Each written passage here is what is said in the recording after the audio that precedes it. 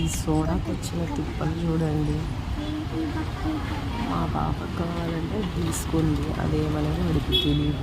But అయితే ఇది cool drink అనేసి వాడు కావాలని అంటా అన్నాడు.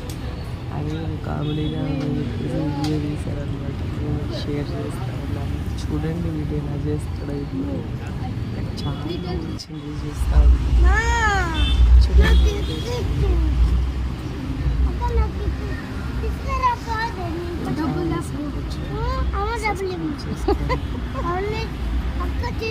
ఏం అడిగింది నువ్వు ఇందాక?